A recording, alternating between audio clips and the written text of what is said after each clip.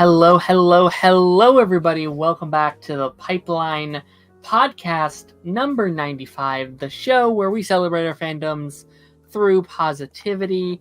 I'm your host today, Daren Mcclimans. Hope everyone is having a good one. It's just me in the studio today. We potentially have a guest coming. They're on the docket, but running a bit behind schedule, as you can tell.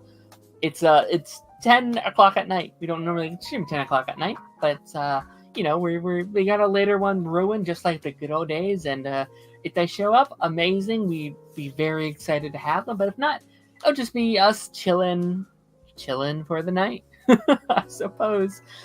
Stranger in the house. Hello, stranger. How are you doing? How's your day? How's your week? How's your month? How's your year? Descendants 4 drops tonight. I am very excited. I am too. I've been in my Descendants era. Daren's in his Descendants era, which he hasn't been in a while. I love the first two. I didn't love the third, and I just, there's been no content since the third, which came out 2019, which is crazy to say at this point. It feels like it was just yesterday. But this one looks promising. It really does. It looks kind of the trailers look relatively the same, but from what they've said from behind the scenes stuff, they say it gets to go a little bit darker. They say that they get to have that higher budget due to it being on Disney Plus now, gearing towards a slightly older audience this time around, while also aiming for, the preteen whatever vibes that they like to go for. But I'm excited. Hopefully it's a new start to the franchise. I'd like a whole new trilogy with this new cast or whatever. So it's all very exciting. Absolutely. But how is everyone? How are we all doing today? First episode back. It's actually the first streamed episode in 2 weeks at this point, because we did 2 weeks ago. We did the Spider-Man episode. Really fun with our out of time film podcast crew that we had it on. They were great. They were a lot of fun to chat with. And then last week, me and Connor did a pre-recorded episode. So it's been a while since I actually filmed an episode of the show. And I'll say I really miss being here. I miss chatting with you guys. But today we are going to be talking about some of our favorite moments in the MCU. Deadpool and Wolverine come out in just a matter of weeks. Today would be the 2-week mark, right? 2 weeks from now we get Deadpool and Wolverine in the cinema, and I am excited. Stranger, I missed you too. Thank you. That's very, very kind of you. But with Deadpool and Wolverine coming out, I assume we will now be getting I have a feeling this is going to bring in competition for some of our favorite MCU moments. I assume that we will get a bunch of new moments and scenes and things that will ultimately be some of our favorite new MCU stuff. So we're going to be talking about them. Obviously, I have five that my guest picked out. I'm really hoping they'll be here by the time we end up getting to that point. We're going to be talking about news for a little while. If not, what we'll do is I'll talk about mine first. And then if he's still not here, I'll go over what he would have picked. And I don't know. We'll go from there. We'll see how things transactionally go from there. But like always, again, it's all by myself. So if you guys have any questions, comments, things that you want to send my way for now, while I'm still here, I am free to answer anything that comes through your way. So if you anytime y'all want to send questions or anything like that, send them my way, and I will do my best to answer that. I know the MCU has been on a rocky path recently. Hopefully, Deadpool and Wolverine can get it back on track. I think this is a big one. I was talking about this on Twitter the other day, and I think they're actually in a pretty good spot if they can nail certain things. Because obviously, this is the break year for the MCU, right? This is the year that everything's kind of on pause. We had Echo in January, which I personally enjoyed. I know is a lot of MCU stuff very controversial within the fans, within the whatever. But I still thought that brought in enough hype. Right, you still have that really cool Daredevil scene everyone talks about. Nothing since that. But we did have X-Men, which is not the MCU, but I do think that has kind of helped the hype a little bit. And I think from here, like, I think we're on very balanced ground at the moment. I think we're on very neutral ground. There's not a lot of people really hyping it up that much, but also there's not as much like hatred towards it all as we would have had last year. And I think with the Agatha trailer, that was mostly positive. I think if Deadpool can nail it, I think Agatha could nail it. And then from up there, hopefully we could be on a good stretch. For Captain America, I need it to be good. Fantastic Four could be very good. So fingers crossed, but I agree. And Batman Ultra's here. Hello, Batman Ultra. How's it going? Hello? Hello? You there?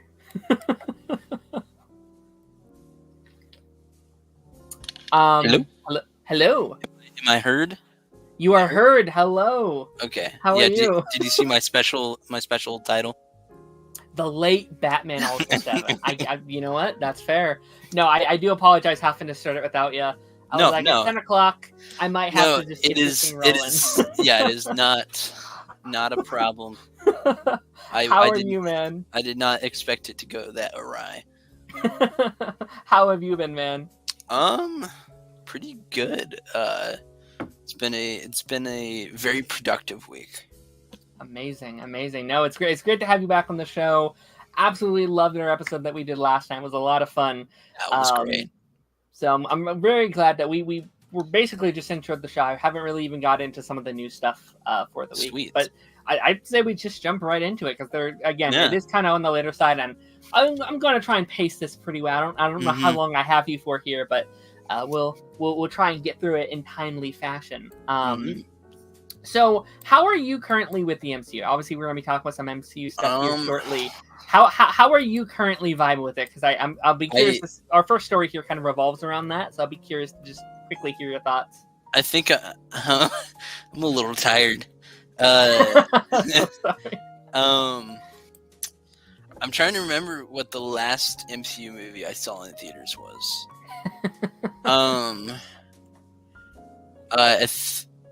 I definitely saw Black Panther in theaters. Okay, and that was great. I think I saw Doctor Strange. The last one might have been Thor: Love and Thunder. Oh wow, okay. If I saw the last Ant-Man movie at a drive-in, so I don't know if that counts. I think that counts. But yeah, I've just it's not a an intense like hatred or something. Sure. It's just like I got tired of the barrage of content. I will say, because this show is technically related to the MCU barely, the Moon Girl and Devil Dinosaur show is, I think, the best thing Marvel has put out in a long time. Not to do a plug, but I did a video essay on the show. I think it's one of the best things that Disney Plus has put out as far as original stuff, and also I think it's the most creative Marvel thing in a long time. Oh wow, okay, well that's a good transition because we got a Marvel trailer this week. I'm not sure if you saw it, and that's the upcoming Agatha All Along series, which might be one of the most controversial MCU projects we've ever had. I think it looks pretty fun. Yeah. I did really like WandaVision. And I think Catherine Hahn, that's her name, right? Catherine Hahn, yeah. I think she's pretty funny. I'm trying to be diplomatic. I can't say I'm Sure. I can't say that I remembered that this was a thing until the trailer came out. But I do think it looks fun. Yeah. And it looks like it's got some interesting directing and general style. Mm-hmm. Like it's retaining some of the creative flourishes of WandaVision. Yeah, it doesn't look like what. Okay, so like if you would have showed me this trailer before WandaVision, I couldn't look at this trailer and be like, "This looks like a Marvel show," because to me it doesn't. It just looks like kind of your basic supernaturally. Honestly, it looks like a toned down version of Loki. Yeah, a little bit. Yeah, because it starts out with the whole like procedural thing, which I think is it was kind of the general vibe of the first season of Loki, was that it was like a multiversal procedural show. At least at the beginning, and then it got crazier and crazier. Diverges, yeah. And that's an example of a really good Disney Plus show. I love Loki. I thought it was incredible.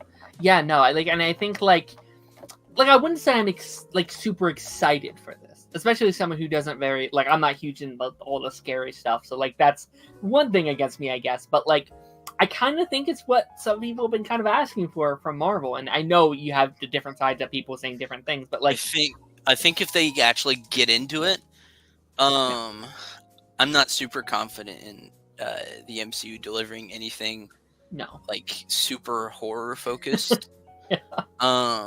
Unless it's like directed by Sam Raimi. I would love to see something. Horror focus. I mean, like Werewolf by Midnight. Werewolf by Night, not Werewolf by Midnight. I think Werewolf by Night is one of the best things the MCU's made. Period. It's really good. Yeah. Like it's just. Also, I think that format. Personally, I think that format has proved to be better than the Disney Plus shows. I've said for a while now, not to get off track, I think they should do like an anthology show with like each episode being 15 minutes, and it's just like, here, let's tell this character story. And I kind of think they could have done that with What If, but then we got what that was. And again, not to plug myself, but I just did a video on Star Wars Visions, which I think is exactly what If should have been.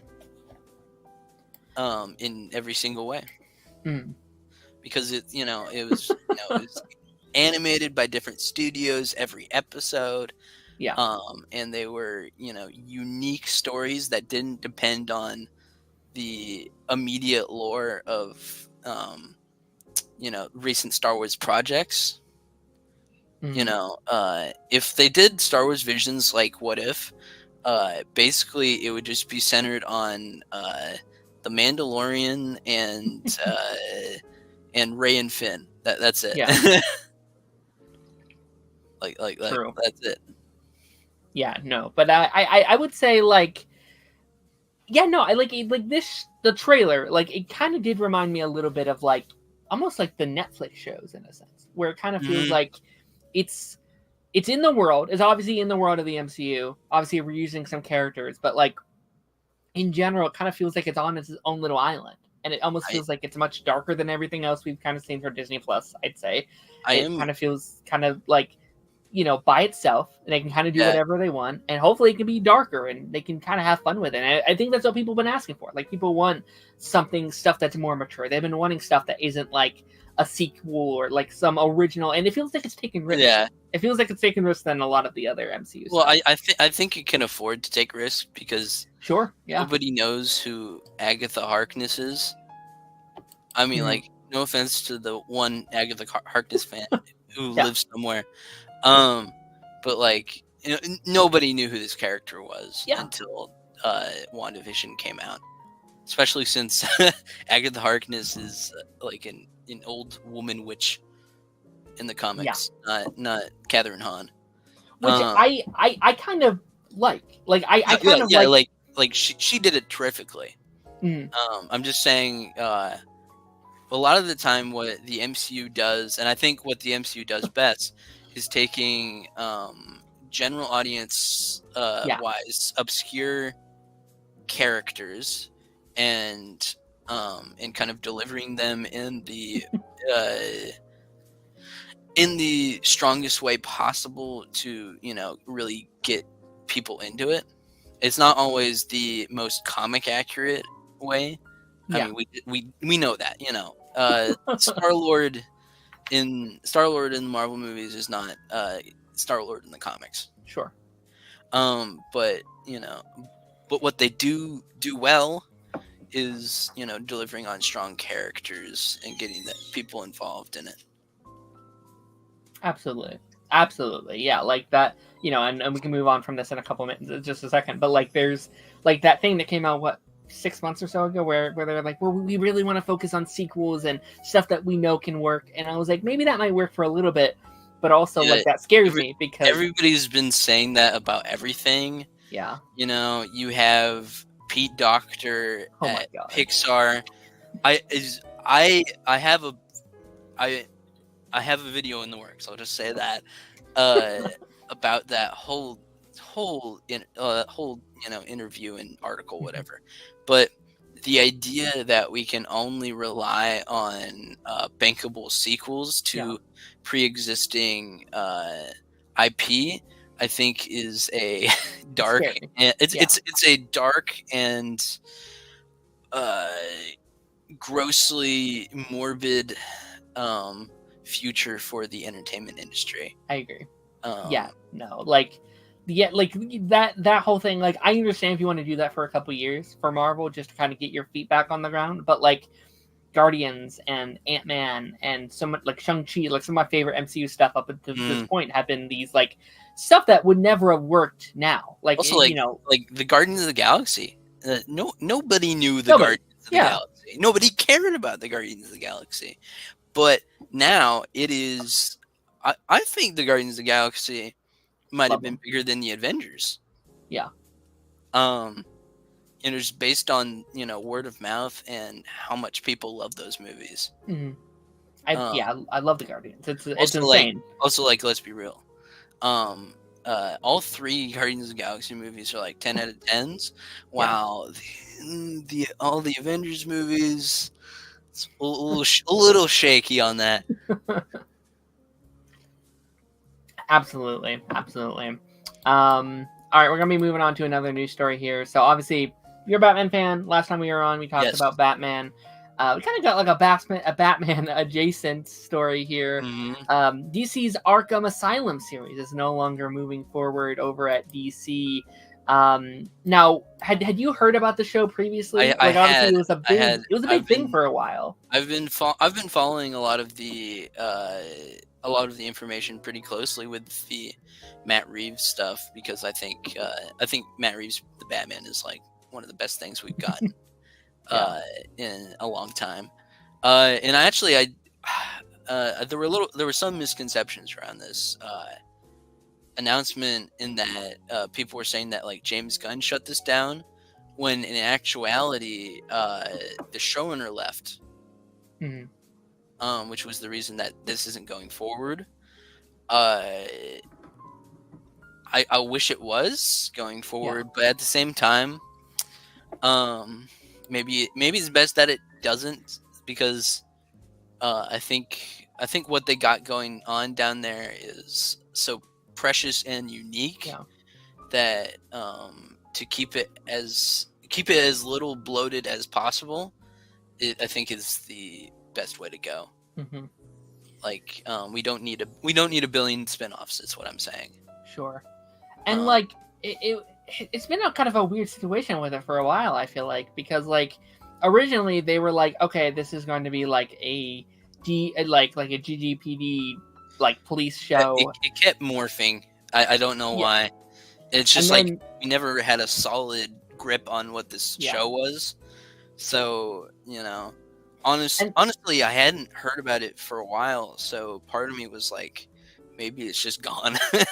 Well, that was kind of the weird thing, because like, again, it was supposed to be in like the Matt Reeves universe, and then James Gunn was like, it's no longer over there, now it's in the DCU, and that was a big thing, because like it wasn't even like, oh, we moved it over. James Gunn had said it was always been over here, and it was like, that was really weird. That's blatantly just not true. Like, it clearly was over there, and you moved it, which I was fine with. It's just that it was contrary to what had already been said. Yeah, I agree, and I actually kind of preferred the idea of it being in like the DCU, because I thought that then Asylum would be more filled. Yes, and you could just, I think, have a lot more fun over there. Like they could have had crazy quilts, yeah, the polka dot man, zebra man. And I also thought, like, with starting a universe, I actually thought that was kind of a fun idea. Yeah, where, it like, was smart. I mean, for a Batman who's more experienced, yes, to show that the like immense history behind this Batman. Also, side note, I'm not feeling great about the DCU Batman. Personally, we don't know that much about it, anyways. Sure. But I don't want Muschietti to direct that. I'm just gonna say that. That's fair. I mean, I need to. It's weird because I feel like he knows so much, but we also. Muschietti is a great director with horror. But I did not like The Flash. Oh, I did not either. But in fairness, I don't think The Flash was necessarily his fault. Yeah, I don't think you can blame any movie on just the director. I just didn't. I don't think he's the fit for Batman. Sure. It's tough because, like, clearly that movie was 10 different movies over the course of the years, and it's hard to be like, but what was actually his movie? Like, if he had full control, what would that movie have looked cooking like? for like a decade or so? Yeah, it's a tough situation. I mean, yeah, and honestly, that's the saddest part of it. That, you know, so many different creatives put so much work into it, and then it ended up to be that. Yeah, we're seeing that a lot with a lot of these kind of, not modern superhero movies, but a lot of these superhero movies, like, I think Madame Web just went through that. I think the movie they wanted to make was very different than what they made. Yeah, like, and I, you know, I feel for all the people who worked on that. Like, I don't think anyone on that was like, no one sets out to make a bad movie. Yeah. Except for executives. They don't care. They don't care about quality. They just care about quantity of money. Exactly. At the end of the day, like, you know, and sometimes crap movies do make a lot of money. I mean, why is the MCU still going afloat? Yeah. You know, not every movie is a winner, but they do basically print money because they have gained credibility with the audience. I agree. Yeah, no, and I you know, I don't mean to harp on too much, but, like, I am excited about, like, these James Gunn's universe, because it does feel like it's coming from a place of a passion and like a love of filmmaking. And he actually talks about the comics, which is nice. Yeah. Yeah, I'm really excited for it. Yeah, hopefully there's less of, like, a middleman with there, right? It seems like I get rid of the middleman. Yeah. Hopefully it's like, hey, this guy wants to direct a movie. Direct the movie. Have fun. You know, like, obviously maybe some, you know, you got to have some, like, okay, maybe don't do this, but, like, in general, let them have that art. Know, yeah. I've been saying this for years, and I know it's never going to happen, but let Guy Ritchie direct a Batman movie. That'll be fun.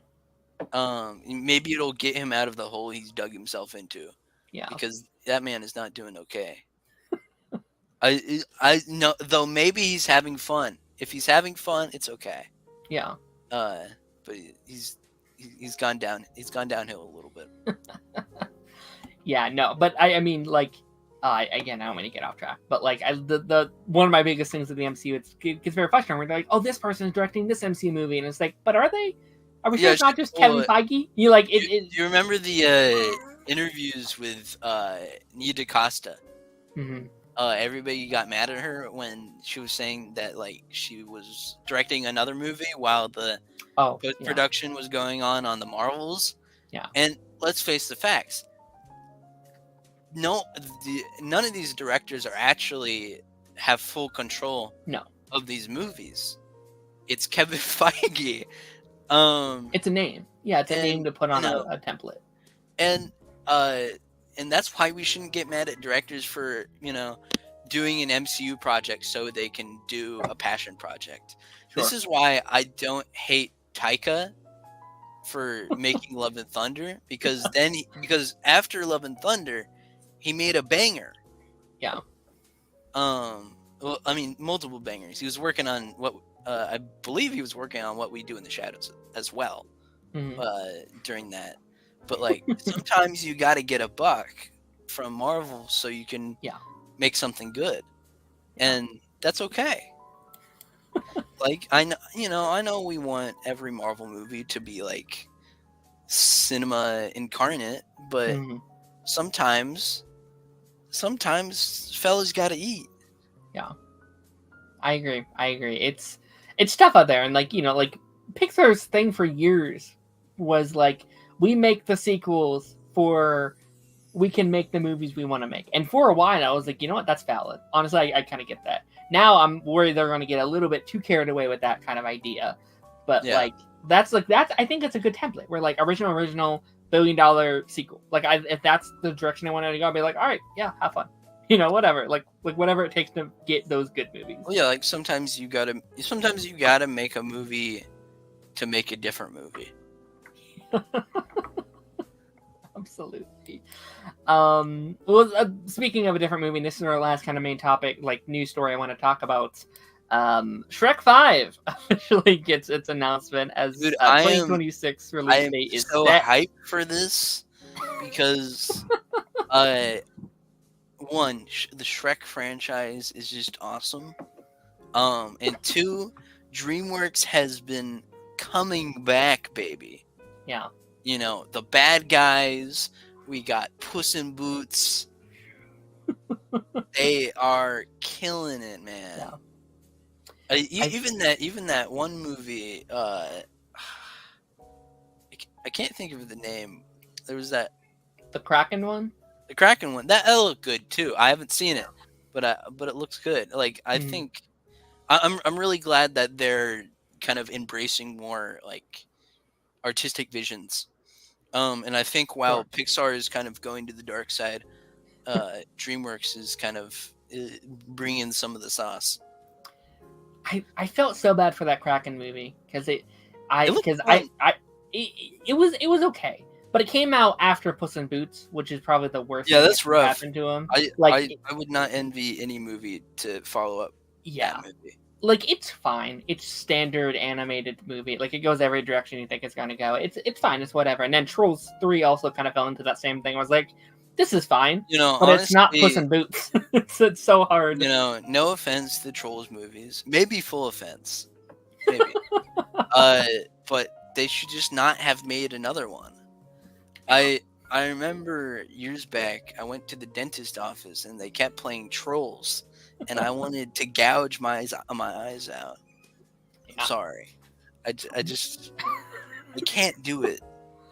They're you know what? They're movies I can appreciate for the younger audience. It's like for me, Trolls is like the less endearing version of Despicable Me. Because it's centered on like super popular pop music. Mm-hmm. But it's not done by Pharrell, so it's not good. And just the Trolls aren't as interesting as the Minions. Yeah. Though the Despicable Me movies aren't that good anymore, anyways. Even though the first movie I watched this month was Despicable Me 4. How was it? It was a movie. I'm going Saturday, and I'm like, I don't really want to. It was definitely a movie. It was an entertaining movie. Sure. There was a banger Pharrell song. Oh yeah. There was a new Pharrell banger, so I was down for that.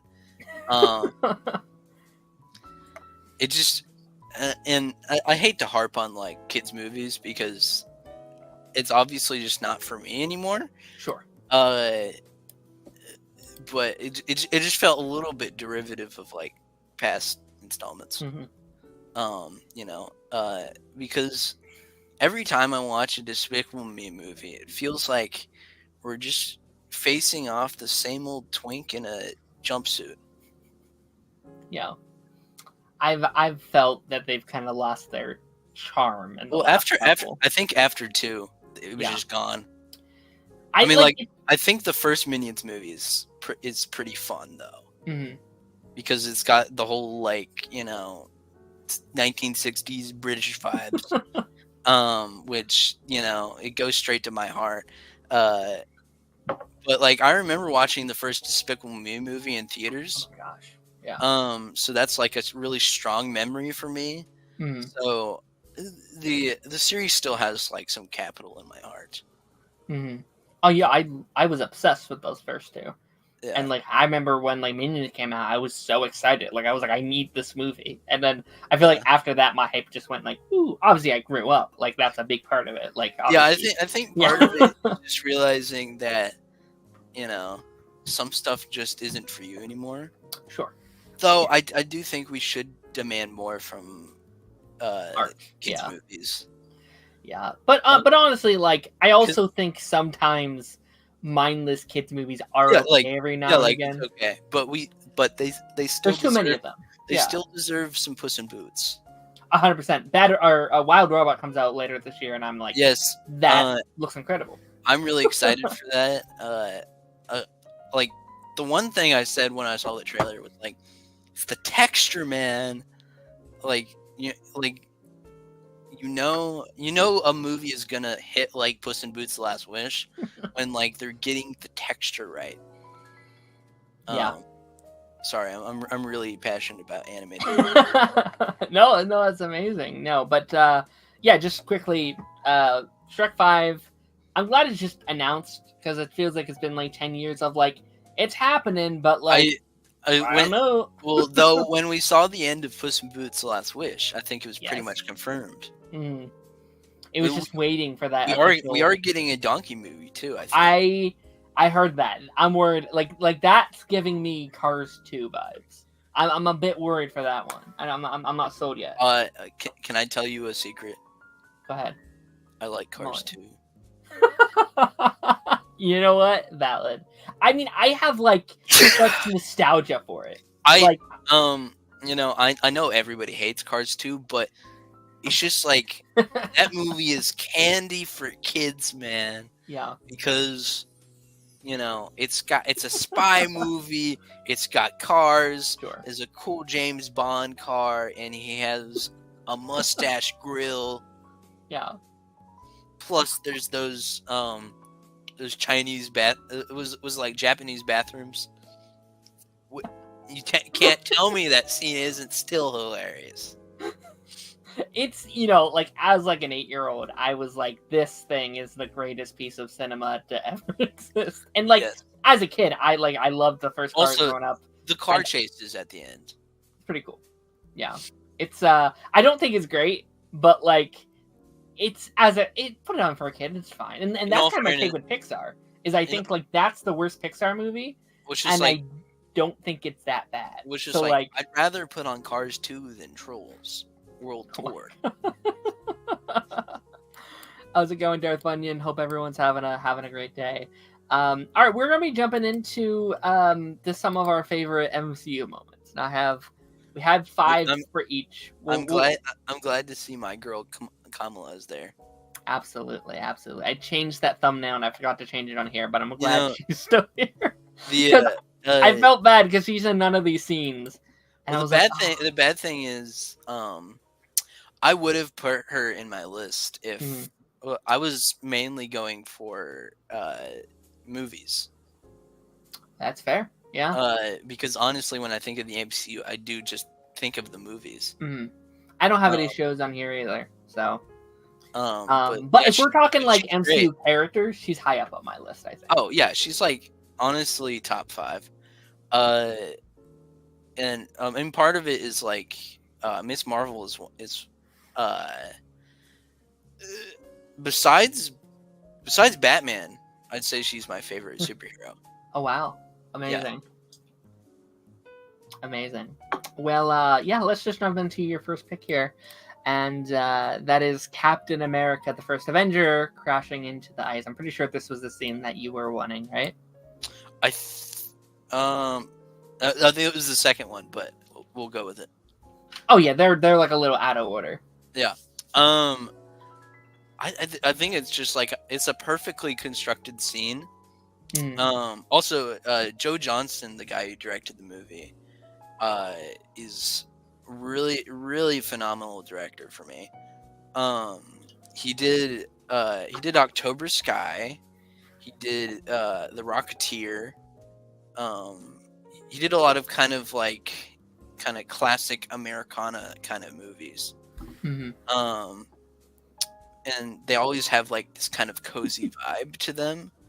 And he's really good at directing action. And he's really good at hitting those emotional notes. Sure. And I think it really hits here. And this is the best Captain America movie to me. I know most people would disagree with me, because everybody, I think most of the internet is obsessed with the Winter Soldier for some reason. I am one of those people. I'm sorry. I think it's a good movie, but the Russo brothers, I do not like their directing. It's so gray. Yeah. But it hits all the emotional notes for me, and having that like shot of the like picture of Peggy, and his like just like dedication to protecting everybody and putting in, laying his life down, and the imagery of like the last, I'll give you that dance. Yeah. And then the wake up scene, he's in the SHIELD headquarters, yeah. He runs out into the streets, and we get this like overwhelming media, attack of like all the bright lights and like moving pictures of like modern day New York. And then you have Nick Fury. Chills. I think that's one of my favorite endings to like an MCU movie. Like it's such a perfect ending. I think it's one of the best endings in a movie. It's so good. It's so iconic.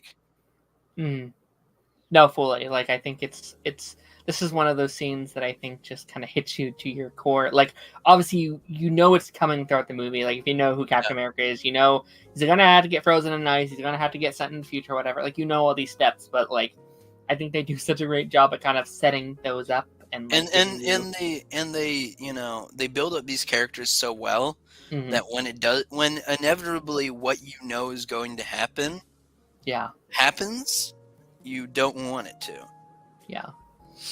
No, fully. No, they do a great job. And even like the Peggy Carter series, I think because I remember always thinking like, oh, it's this one, it's whatever. But like every time I go back to this one, I feel like I like it a little bit more. Like I end up enjoying it a little bit more. And I think even after like the Peggy series, you're like, oh my gosh, I love this time era. I love this kind of that's a great show. The feel. Oh, it's so. I watched it for the first time last year, and I was so sad because I wanted more of it. It's a shame it only went 2 seasons. Those pre-Disney Plus shows hit different. They're so good. I love them. No, this is an absolutely great choice. Not one I would have thought of, but like once you mentioned it, I was like, yeah, this is a great scene. I love this. Those like first couple movies were some of the first super movies I saw in theaters. Amazing. I wish I could have seen those pre. I saw Amazing Spider-Man in theaters, which were the first ones. That's fun. I love that. I think. Oh, man, I don't think I saw a superhero movie in theaters until Infinity War. I hate myself for it. I don't know if I saw this one in theaters, but do you know Astro Boy? I do, yeah. I remember watching that like when it came out. And they're doing a new one, I think. They might be, yeah. Yeah. Oh yeah. Yeah, Captain America: The First Avenger, great movie. Great movie. All right, and one of the most rewatchable too. Yeah, maybe. Yeah, no, because I feel like I do get a little bit out of it each time I kind of revisit it. All right, my first pick. I have Guardians of the Galaxy Volume 3, and this might seem like a pretty small moment, but it sticks in my head, and it's Nebula finds out that Rocket is alive. So I absolutely adore Volume 3. Have you seen it? Terrific movie. Terrific. Okay, you have seen it. Okay, I didn't know if I was spoiling it for you.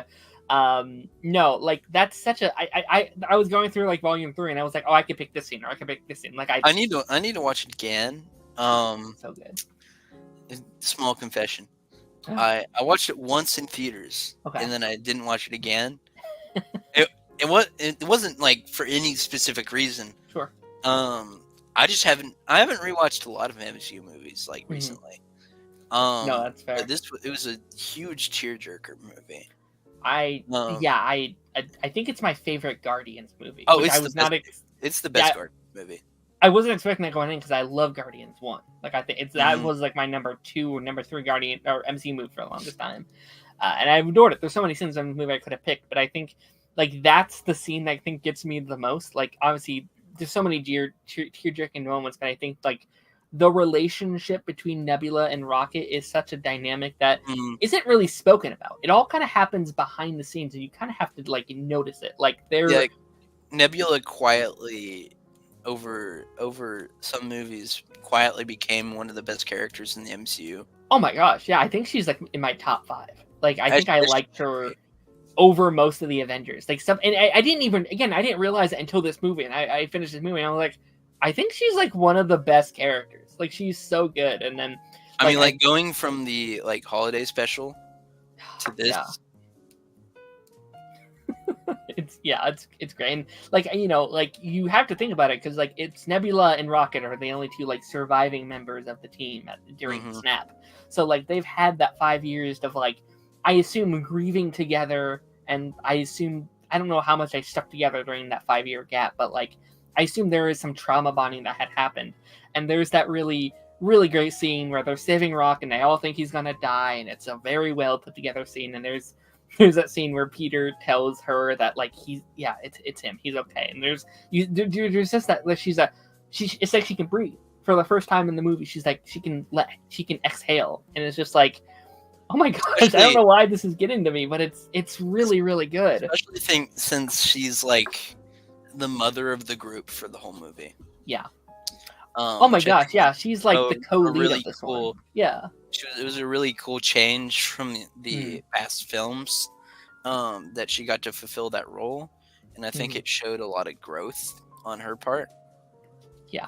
No, I agree, because Gamora isn't the lead anymore, right? She's more of a side character this time around. That character is gone. Who do you have fill that gap? And I was like, yeah, of course it's going. And Rocket, because you kind of lose Rocket for the movie too. So you don't have Rocket, you don't have Nebula, or Gamora, I'm sorry. And so it's like Nebula kind of has to fit in that, and she fits in it perfectly. Like, she works so well as that co-lead of the movie. It's great.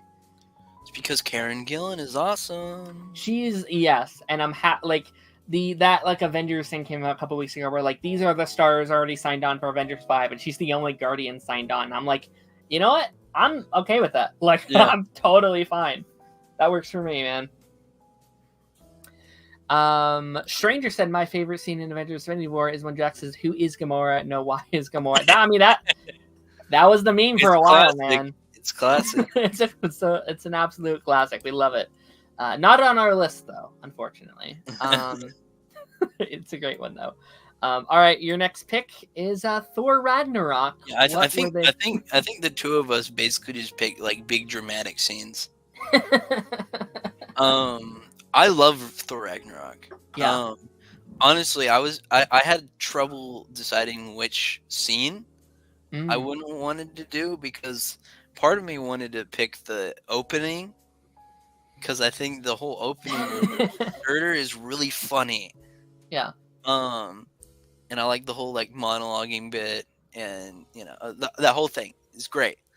But like, this is so good. You know how it's edited together. You know, with like the afterlife with his dad, and the whole thing, and the whole like just brings the whole theme across the whole movie together in one beat. Are you Thor, the god of hammers? No, man, he's the god of thunder. And then the music kicks in. Wow! And then he like drops into that crowd of of bad guys. It's so cool. Yeah. It's so cool. I think there's something that has happened with Thor Ragnarok, because when it first came out, everyone's like, "Oh, Thor's good again, it's so good." I feel like Twitter's recently convinced the world that it's like they do that every month. They do, and it's. I think people should just because I think what happens is people remember certain things just about like the film. Like what you like, dislike what you dislike. Yeah. Don't be turncoat about it. Just be like, I don't like this movie, or I like this movie. Yeah.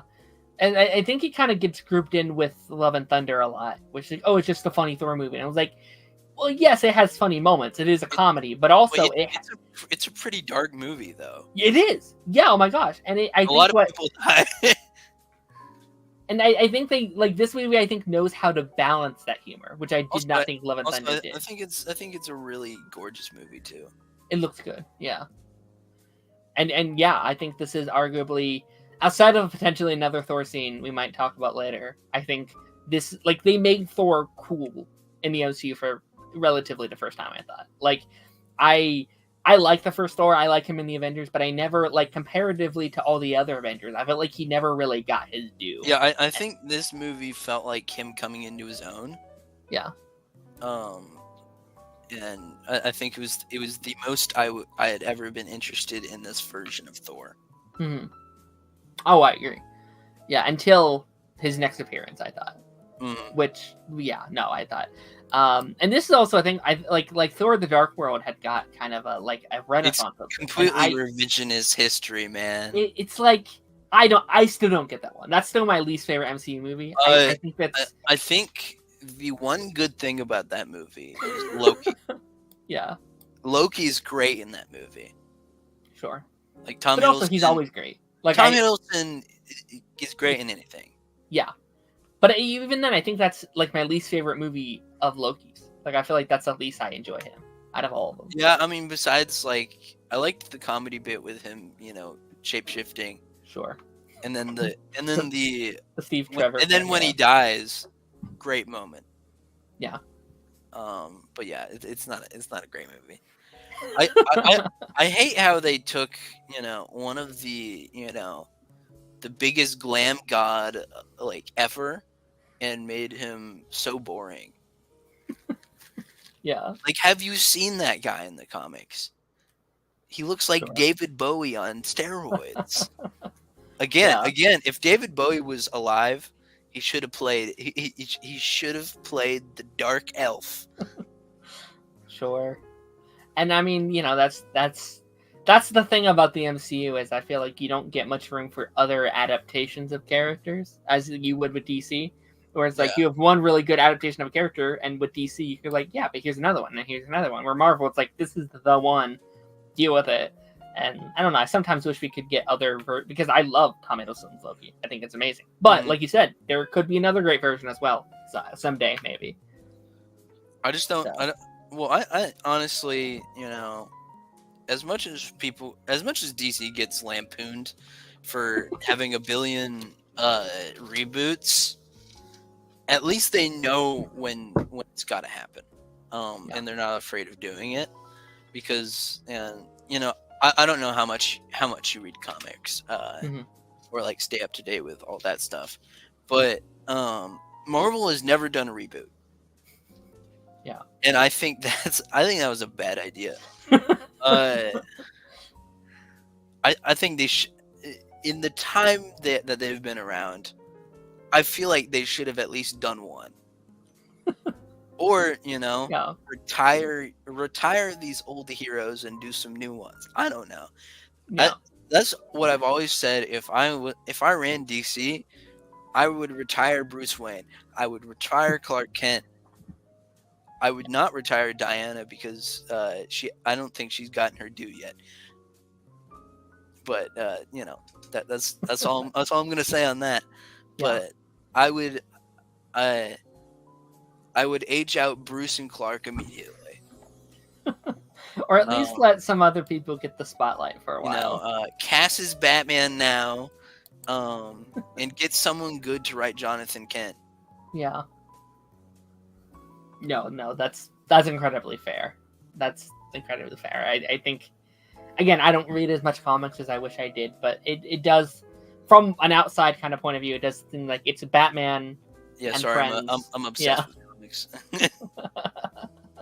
I got a giant stack next to me of my pulls from last month. Amazing. I love that. Alrighty, our next pick here. Wakanda Forever. Have I not given everything? It's good. This might be my favorite MCU movie. Okay, this is the Oscar moment right here. Oh my! If I could give an Oscar to any MCU movie, it is only Wakanda Forever. I'm still so pissed that she lost this. Oh, she deserved that all day, man. That was the most agreed. Like again, Everything Everywhere All at Once, amazing movie. You give it to literally any of the other casts in that movie, I'm like, all right, whatever. They're great. I felt like, as much as I love Jamie Lee Curtis, okay, that's absurd. That was a legacy award, and I will say that every single day. And if you're gonna give a legacy award, give it as a legacy award, not as an actual award, because Jamie Lee Curtis is a footnote in that movie. Yeah. She is a footnote, and I love Jamie Lee Curtis. She is the Scream Queen. But she should have gotten that for a movie that she was actually an important part to. Yeah. You can tell everyone was shocked when that happened. Also, Angela Bassett. If anyone deserves an Oscar, it's freaking Angela Bassett. She's deserved it for a long time. Yeah. And, this is one of the best performances in the entire MCU. Yeah. If not the best. I don't know. She killed it. The sheer silence in the cinema while the scene is going on, I think, is insanely palpable. Again, her, I don't know. I guess I don't have that much to say about it, just outside of her performance in the scene. It's building up through Wakanda Forever. I can't say this about a lot of MCU movies, but I think Wakanda Forever is, and this is an outlandish statement, I know, but I think Wakanda Forever is a perfect movie. I love the movie. There's not a single moment of that movie that feels wasted. Yeah. There's not a single joke that isn't funny. And there's not that many jokes for good reason, but and it's a gorgeous movie. It's one of the best shot MCU movies ever. And Angela Bassett is a wonder. Incredible. Yeah. No, I didn't include it. I didn't have enough to include it as one of yours, but you also mentioned that the funeral scene in the opening bit of the movie. And I don't know, that scene gave me feelings I've never felt in an MCU scene. I've had plans for a while to do a video essay on Wakanda Forever. It actually might happen this year. I'm hoping. I've been planning on it ever since I watched it. But it's been so hard for me to get all the words down. Because it's such a powerful movie. It's I don't know. I felt like that movie was such a. I don't even want to say weird, but it was such an experience in the cinema and it's the most unique MC movie in the idea that it's a funeral movie. Yeah. I'm not just saying that because there's a funeral in the movie. It's a movie about grief. Completely different vibe to any other movie in the MCU because there's this reverence to it. There's this almost opera-ness to it. Yeah. Because it is a deeply sad affair. And you kind of have to feel it. You do. Yeah, and I think people genuinely really needed it. I feel I don't know, I don't remember a celebrity death that I think hit so emotionally with people as this one did. Because Chadwick's death was so important. Genuinely good guy. Yeah. And these days we don't have many of those. Yeah, and I think as and I know that might sound to some silly coming from people who never met the guy, but I think people genuinely needed that grieving period because how do you grieve for someone you've never met? But he was a huge part of like pulp culture. He was a huge part of like society as we kind of knew it up until that point. So like him being gone was like how do you handle? Like I feel like we've never. And he was incredible. He was, and I feel like up until that point in like big blockbuster, and I guess outside of like Fast and Furious, I guess was another big one like that. But like the Paul Walker situation. But I feel like that it's again like how do you replace such a legacy that he was? And you can't replace your friend either. Yeah, 100%. No, it's like this was the movie that like I still really love most of Phase 4 and 5. Like I still have fun at least with most of them. But this was a movie where I'm like, oh, the bar has been set higher. Like they can be doing better than what they are right now. So I adore Wakanda Forever. I think it's amazing. All right, your next pick is maybe I should have perfect. It's perfect. I couldn't have picked two contrasting scenes. Mm-hmm. Like it's just like this scene, and when I say the Star-Lord dance-off, this includes the hand holding. Okay, I was wondering actually. They're perfectly clashing, and like this is Star-Lord. Mm-hmm. This is Star-Lord. He's just this stupid human dude that decides he can save the universe by having a dance-off. And it's the best thing ever. And then followed by this ridiculousness, we have one of the most powerful emotional moments ever. Yeah. In a Marvel movie. The holding hands, with the Power Stone, and he has to reach out to Gamora, and visualizing Gamora as his mother. And he didn't give his mother his hand because he was too scared. And a billion people have talked about how great that is, but like, such a good scene. And Chris Pratt was born for that role. No, I think, and I think Chris Pratt kind of gets thrown in that box a little bit, where it's like, oh, it's just a whatever actor. But I think he's genuinely, like, his performance as a Star-Lord throughout all three, I genuinely think is amazing. Like he put a lot into it. It is like it's such a front, I feel like, for most of it, because he's like the fun song guy, whatever. But like there is so much depth into his performance as that character in each one. Like he is it is just like it feels like he's always has this bubble around him. Or he's fun, he's whatever. But it's like, but what is he really feeling? How is he coping with? What's going on? That's why the Russo brothers, the last two Avengers movies, kind of pissed me off. Because it felt like they were putting Star-Lord through a different filter. That they were like, we kind of watched those movies. He's just a fun guy, stupid idiot. When in actuality, I just don't fully agree with how they depicted him. Sure. I mean, I've never thought about that, but that's probably fair if I went through and looked through it with that lens. A lot of the characters through a blender in those movies. Mm-hmm. Which is probably, like, I do think it's a little understandable, to be fair. Like, there's a lot of juggling acts with those movies where it's like, hey, let's combine 20 different franchises into one. And it isn't all, because I kind of feel the same with Spider-Man, where I kind of don't. Like, I love him in those movies, but also I feel like less than I would in his own kind of trilogy. Yeah. But, no. And incredible scene. Again, the Guardians movies, we could pick so many moments, I think, individually from all three of them. But, they're amazing. All right. My next one is No Way Home, Green Goblin's condo fight scene. Great fight.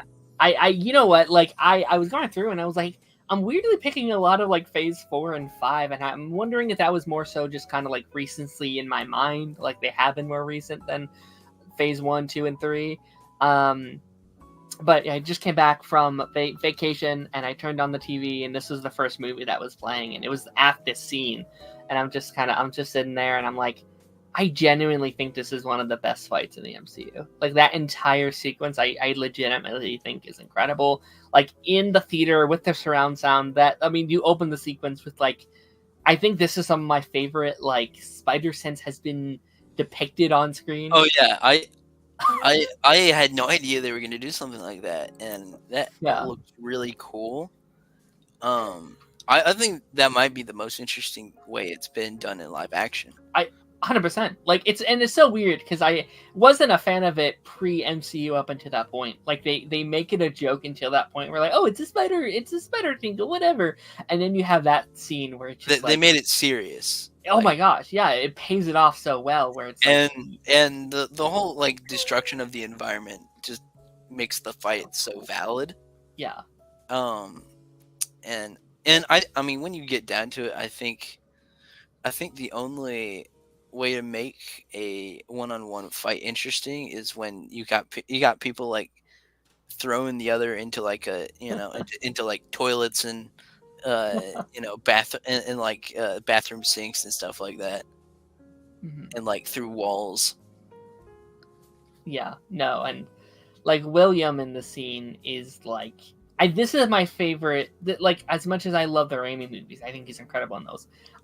This is my favorite, him as Goblin. Like, to me, he feels like fully Green Goblin in this movie, and there's that line where it's like, strong enough to get whatever you want, but too weak to take it. And he's just pushing him down the freaking condo, and it's just like, oh my gosh, like full on goosebumps. And like, obviously you can push that further to like the Aunt May death if you want to, and like, like I didn't even like Aunt May that much in these movies. I didn't hate her. I just felt kind of neutral towards her. And then they made me cry like a baby for a character I really didn't care about. I think part of it is down to Marissa Tomei is a really great actress.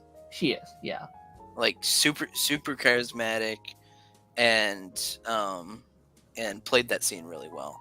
Mm-hmm. And also Tom Holland. Like, I feel like that was like, this movie was him coming into his own. Yeah, no, like I feel bad for him.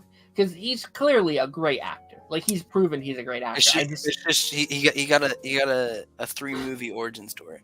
Yeah, like I feel like just as an actor, he still hasn't got that role. Like, I know he's just waiting for that one role. To be like, he hasn't. He hasn't gotten his like. Yeah. I'm trying to think of like an example. Like, he hasn't gotten his like Godfather or something. You know? Like his Dune. Yeah. Like, The Godfather was one of Al Pacino's like first movies. Sure. And that was a big one. Like, you get your big one at some point, and I'm not sure when he will. Yeah, like if like Andrew Garfield, if he's great as Spider-Man, but like to be fair, Andrew Garfield is just like he's a whole. He's other amazing. Man. Yeah. He's just you can't compare. Yeah, but like Social Network was the first time I saw him where I'm like, oh, he's really good. Like, Spider-Man, amazing. You want to know the first time I saw him? Oh. Doctor Who. Oh, yeah, that's fair. I saw that last year. I saw that episode and I was like, oh, it's him. Which I actually think he'd make a great doctor. I think he'd be an amazing doctor. He'd be a terrific doctor. Yeah. He has the energy. He's very like David Tennant, I feel like, doctor. But no, I think the scene's phenomenal. Just like, and there's I forget the line, but like when he's like turning into, you can tell that transition. He says one of the funniest lines. It's so good. Well, like going from like that fight scene to the rest of the movie is like, it's just perfect. It's that third act. I honestly, I'd argue No Way Home is one of my favorite third acts in the MCU, outside of maybe Endgame. Well, like, is, but it's a different type of favorite, because Endgame is just like going from that scene to the rooftop scene. So good. It's so good. And then like the like fight on the bridge, like the Spider-Man and Goblin fight on the bridge on the Statue of Liberty. Spider-Man just striking him. Like you can hear like the thud across the world kind of thing. Yeah. Oh my gosh, it's so good. Absolutely love it. All right, your next scene, the Iron Man 3 scene, which I actually had to look the scene up because I was like, I had to look it up. So I don't know if you remember, but a bunch of comic book YouTubers were doing like a one marvelous thing, one marvelous scene videos years ago. Way back when, and this was like kind of starter years for me as a YouTuber, and I always really wanted to do a video about this scene.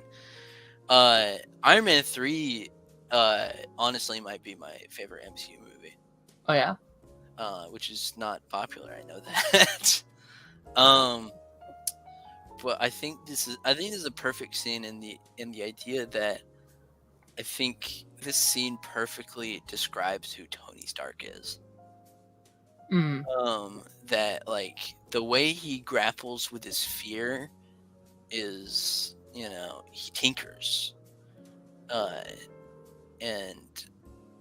it perfectly gets across how important Pepper is to Tony, and how afraid he is of losing that, and just the absolute just anxiety and terror I understand really well.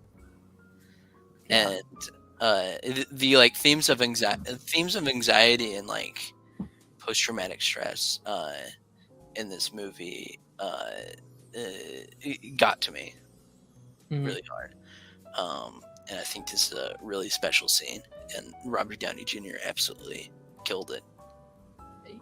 Yeah, I sometimes think it's easy for me to forget how good of an actor he is. Like sometimes it's easy to be like, oh, he's Iron Man, he's whatever, but he's like a legend for a reason. Like he just won his first Oscar for a reason. He's really good as a character. Like it isn't just always a popcorn flick. I can pretty closely recall this scene. He has to cope with the one thing he can't live without.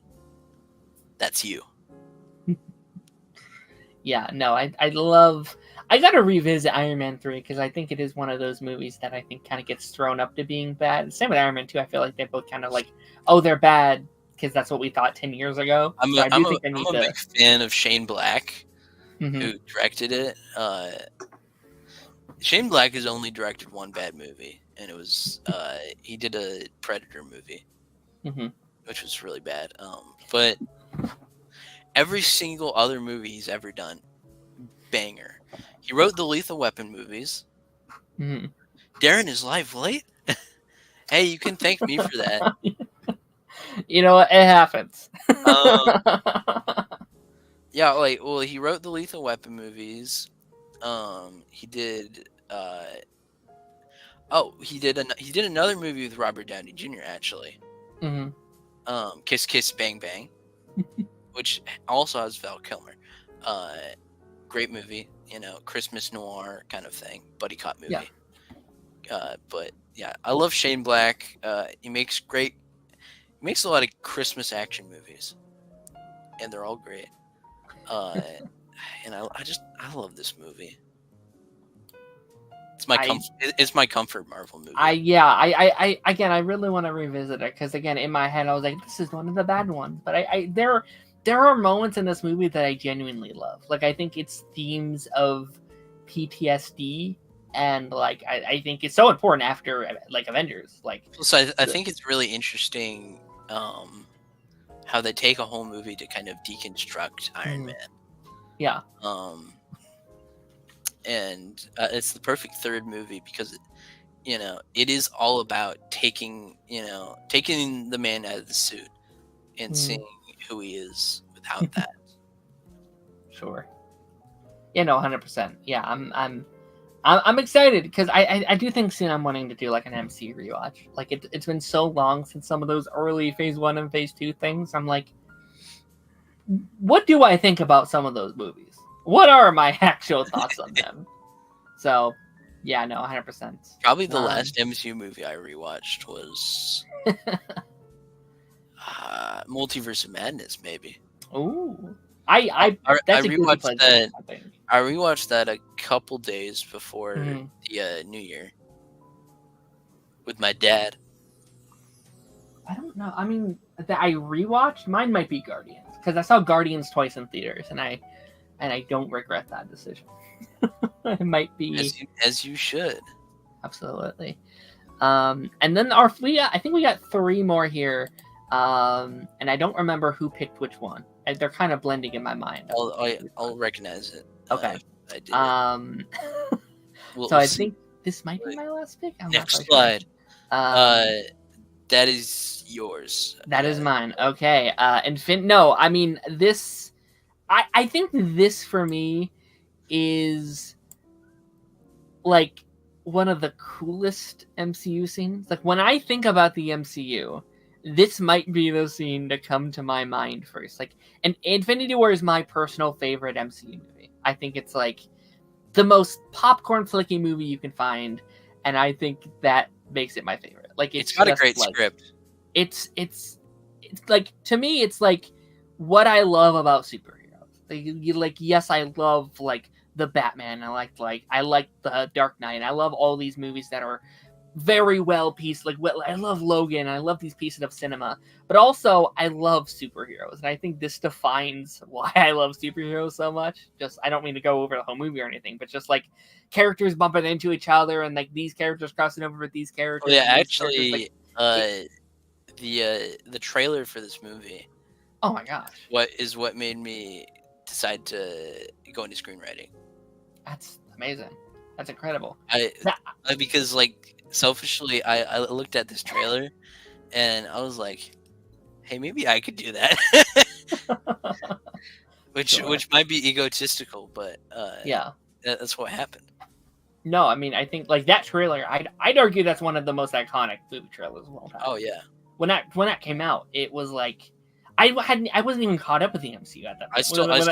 I still remember where I was. Like yeah, I had maybe seen 5, 6 at that point, and I was like, "This is the coolest thing I've ever seen. I love this." Yes. And just like the conversations it was a cultural moment. Yeah. Do you want to know what I wore when I went to see Infinity War? Sure. I got a long black shirt, and with the help of my friend, I made the Wakanda like collar thing out of paper, and we like taped it on to my shirt, and then we went to the theater, and it was it's just the funniest thing. It's amazing. No, I mean those two movies, like I feel like even like we can argue with people like are these movies really good or whatever. Like I don't think you can argue like the cultural significance of those 2 movies and what they did for like cinema and just theater and blockbuster. Like at this point I'm tired of the distinctions between what's cinema and what's it's exhausting. Yeah. And no, I don't blame this on like Scorsese or like Ridley Scott or whatever. Though I do wish the interviewers would stop asking those stupid questions, because it's their faults. It's their fault, not the people who are answering the questions. Yeah. It's the stupid interviewers, because they know that they'll get the most clicks if they ask a stupid question about Marvel, because then it's like, old director hates Marvel movies. Yeah. It's the same thing with like Alan Moore, who's like a very popular comic book writer. Every time he gets interviewed, they ask him what he thinks about superheroes, and then he goes on a long diatribe about how mad he is about the comic book industry. And it's fair game because he got screwed a lot. But I just wish they'd stop asking the question. Yeah. Absolutely. No, it's like I understand why they ask them, because interviewing is a dying industry, and they know those are the things that are going to get videos made off of it and whatever. But maybe have some integrity. Yeah. No, it's so frustrating because you are the 5th person to ask them that question. Yeah, it's just clickbaiting at that point. Yeah, and they just want to talk about the movie they spent the last 2 years making. Like, let them let Ridley Scott talk about his next future flop, Yeah.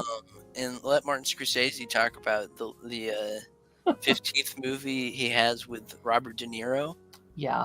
I remember like the Ben Affleck stuff for Air, and you could tell he was so frustrated. He'd be like, "Stop asking me about Batman." He's just like, I don't care. I just want to make movies. I cannot wait for the Captain America press tour with Harrison Ford. That's going to be the best freaking stuff ever, man. Oh, that's going to be gold because Harrison Ford is just going to like give them a death stare. He doesn't give a fuck. He doesn't care. He's going to be like, "What's a freaking Red Hulk? What are we talking about?" That is great that like people keep asking him about Red Hulk, and he definitely did not like film any mocap or whatever. Yeah. Oh my gosh, no, it's great. But no, I love the scene. I think this was like the moment where I'm like, oh, at this point I was like, I love Thor. Like, I think he's like the coolest character. There's only one thing I change about this scene. Okay, go ahead. Part of me wants Led Zeppelin to play instead of the Avengers theme. And that's selfish, but there's just a part of me that wishes that happened. Yeah. But no, I mean, like you could add this into just like the entire kind of third act like battle in Wakanda. Like, I think it's just some of my favorite theater experiences, like the screams. There's such a cool moment with like especially like Steve Rogers. There's a fun moment of him like they're losing during the final lines, and then he sees his friend come in, and they're like, well, you guys are screwed now. Like, you can't mess with Thor. Like, that's such a cool moment. And like having Rocket come in with Bucky and be like, I'm gonna get that arm. Like, it's so many of these small little, like, I am Groot, I'm Steve Rogers. Like, so many like of these little moments in the scene. Yeah. So good, so much fun, and really well choreographed fight. Yeah, it's like fight scene with everybody talking to each other. No, it's great. I love it. Again, popcorn flick, superhero, shut your brain off, but like it's amazing. I love it. All right, we got. I think this is your last one, perhaps. Nope, sorry, this one. Avengers, Infinity War, another one. Thanos wins, right? This was one of your picks. Was it? Was it not? Did I read it wrong? I think we might be double dipping here. Hold on. Let me reread. Final battle first slot. Yeah. Okay. Yeah. Okay. Correct. Did I read that right? First loss. Yeah. Sorry, I think I remember Wakanda Forever more. Okay. Sorry. It's all good. Yeah. It was. I mean, it was just a landmark moment. Just like for movies. Because nothing like this had ever happened before in a superhero movie. Yeah.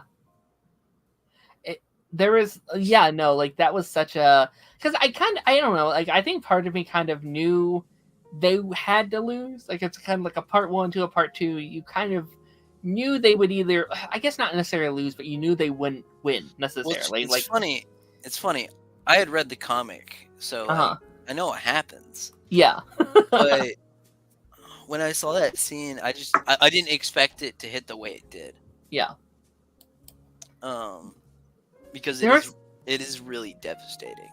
There was such a euphoria that I think went on when everyone kind of walks out of the theater and it's all over. Like that 2.5 hours of just like, it's a lot. Like, there's a lot going on in that movie, and you kind of, you have such a high throughout the entirety of the movie, and you just Infinity War is the only movie I've camped out for. Oh yeah. Yeah.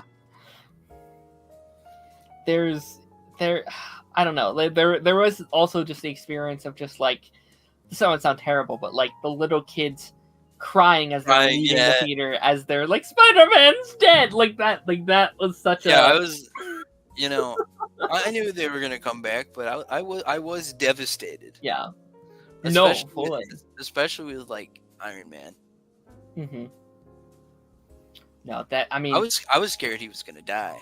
That scene, that actually might be one of my favorite theater experiences. And when Thanos stabs him, and the whole theater, like it was like a hurricane had hit, because everyone like gasped at the same time. Like, I'd never seen something like that before. We just couldn't breathe. Yeah, it was like, what happened? You know, like, oh my gosh. And they did that deliberately to like fake us out. 100%, and it worked. It's brilliant. No, I think it's great. And then also, not to talk too much on your scene, but like I love the Thanos just kind of sitting down after a long day of work and just looking upon what he had done. Such a somber way. I can imagine, you know, Thanos. You know, it's good they didn't have any dialogue there, but I can imagine him just sitting down and say, "I think it good." It's like a kind of, you know, I'm God kind of thing. Sure. And it's such a, like, I also love the prospect of, like, I think the Russo brothers have talked about it, but, like, he could have been snapped there. Like, I think that's a level to it where, like, half of the universe was getting snapped away. I could have been one of the half, but I'm not. Now what do I do? What's next for me now that was the most fascinating thing. And I kind of wish the whole movie of Endgame was that. Sure. Yeah, I think great stuff. I love Endgame. I don't love Thanos in Endgame. I don't hate him, but I also think like they do slightly take away from like what's so fascinating about the character. What I've heard it said this way, and I agree with this, and it's this: Infinity War is Thanos from Thanos' perspective, and then Endgame is Thanos from our perspective. Sure. Like the Avengers perspective. Like it's the same. It's the same guy. It's just we're seeing him a little bit differently. Sure. Because it's not like a personal thing. Yeah. And also it is a slightly different version. Like it is him from a couple years before then. So we have a little bit less of a... Plus they only really did that so they could have that fake out at the beginning. Yeah. Oh my gosh, that was insane. I remember just being like, what are we doing for the next 3 hours of the movie? Like that was such an incase. Honestly, I think it would have been great if they didn't fix anything. Yeah. But that wouldn't happen, you know. Yeah. I mean, if you killed less people in the snap, right? Maybe you could have. But I'm a big sucker for like not or like leaving consequences for characters. Yeah, like, and there still are consequences. It's just I think it would have been interesting. It would have been. Yeah, no, I agree. And I mean, I wish Phase 4 actually dealt with that a little bit more of like showing the consequences of everyone coming back, right? Like there was I feel like so many are like they dabble in it. Like Falcon, I think they dabbled in the idea. I do like the one thing I really like about Phase 4 is that it's all about like mental health and like trauma. It is. Which I think I don't think it's praised enough. No, there's like I think individually there's some really good stuff, and I that's why I kind of wish. I'm going way off on a tangent. I'm sorry. I am someone that kind of wishes I think Phase 4 and Phase 4 needed their own little kind of wrap up something. Like I think they needed something at the end. I would have loved Secret Invasion because I think that could have been a nice of like Avengers are gone. We don't know each other. We're all dealing with our shit. How are we supposed to figure out who's who in this situation? Like I think that could have been a very nice kind of wrap up to like this mental health. Who is who in a way that I do slightly think they kind of missed out on. Hey, Wakanda Forever was the end of Phase 4. That is true. That is true. And honestly, probably the best thing they could have done. Perfect bookend. Thank God it wasn't Ant-Man. It was almost Ant-Man. That definitely wasn't on purpose, though. No, it wasn't. They just let Ryan Coogler make a good movie. They were like, oh, I guess we should stop it now, huh? See, Ryan. So Black Panther movies are probably the only MCU movies that Kevin Feige doesn't direct. Mm-hmm. Yeah, I think Eternals is kind of that as well. Like that kind of felt like its own little... I know it's not popular to like Eternals, but I thought it was a cool movie. I think it's good. I thought it was a little boring, but I think it's good. I really dig that they let her make a movie. Yeah. No, and that's what it should be more of. Like It's just like even if you don't like it, at least it made you feel something, even if it's hate. Mm-hmm. I kind of feel like Loki's kind of in that same ballpark too. Like Loki kind of feels like it was kind of let to cook in its own separate little laboratory, and it was like, how'd you do that? How'd you get away with doing this? It's just like, maybe do this every time. Yeah, no, fully. Like, and like Agatha kind of feels like the same way. Like it kind of feels like they're in these separate booths, and it's like that's kind of what I want more of. I want more independence in the filmmaking. That's amazing. And all right, I think the final one here, and of course, if there's any I missed that you would like to talk about after this, by all means, I do have the Captain America is worthy sequence, and I feel like this is such like typical. Like I feel like everyone's going to have this on their list, but also I feel like it is awesome though. It's just like, yeah, I feel like it kind of has to. Like I feel like it's just, I almost feel like it's like the cover art for the MCU now. Like when you think of Avengers. Yeah. You kind of just think of the hammer scene and also just like the assemble scene. Like those are the things when you think about the MCU. And yeah, it's just one of those moments that like it feels so earned. Like the scene from Age of Ultron where he's like, oh, he almost picks it up, and you have just the like debate was like, was he worthy or was he hiding it the whole time from everyone else to not hurt Thor's feelings? And I feel like it almost brings Cap's arc full circle because it does kind of feel like, oh, he's finally over some of the baggage that he's had in the last trilogy of movies, and he's like at the peak of who he can be as a human and as a hero, and it's I think the shock factor of the scene is what makes it so cool, because you think it's Thor and then you pan the camera and it's him, and it's just like, all right, you got me. And then Thor just says, I knew it. Just a fun supportive friend, and also just like a lot of that also just comes down to, and this is, you know, you can argue the roller coaster thing that a lot of the older filmmakers say, whatever, but like the theater experience of everybody cheering when he has the hammer, it is one of the coolest theater experiences I've ever had. Like that's just such a cool moment. Unlike anything. Yeah. I don't think anything the MCU can do going forward could ever reach and this has nothing to do with the quality. This, I think, was just the culture at the time. Will never compare to the hype surrounding that third act of Endgame. Like, I don't think it's ever going to happen again. We can just not do that again. No, you can't. I don't, like, I think Secret Wars, they're going to desperately try. Like, I can already tell they're like, we're trying, let's do it again. Let's do it. But I think, I don't know. It's I don't think you can create that hype again. Absolutely not. But no, I think that's all I have down here. Was there any that I didn't put from your list that you would like to talk about? I mean, the only one was the funeral from Sure. Wakanda Forever, but I think we touched on that. We touched on it. Yeah. No, and you know, like this is the thing where like there's so many we could have added, there's so many we could have talked about, there's so many great ones. I'd argue there's more good MCU scenes than there are bad MCU scenes, so there's obviously so much good to talk about. Well, it's like this is not even touching the Ant-Man movies, which I have a lot of love for. Sure. I love those. I honestly love those first two. I think those first two are really, really fun. Yeah, I think the first Ant-Man movie is one of the strongest movies in the MCU. It's so much fun. I think that's a great example of like superhero movies can be campy fun. They don't always have to be like groundbreaking, like, you know, like film, you know, cinema, if you will, like a lot of people like to call it. It doesn't have to be also, a Logan. You could just be like, hey, I think it has a really strong emotional center too. Yeah.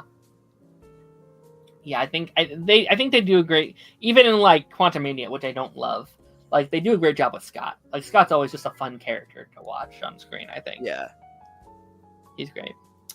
And yeah, I mean, with that being said, obviously we did all this for Deadpool and Wolverine. It's kind of like, I feel like that is going to add a lot for many people. Like, oh, it feels like always the event movies from Marvel, or like, oh, some of my new favorite scenes and stuff like that. So I'm excited for that movie. I'm excited to see where that. I'm also kind of nervous for like the internet culture around it though, because I feel like it's going to be kind of a weird place. I'm actually going to be releasing a video for that next week. Amazing. Talking about the comic book roots of the unlikely friendship.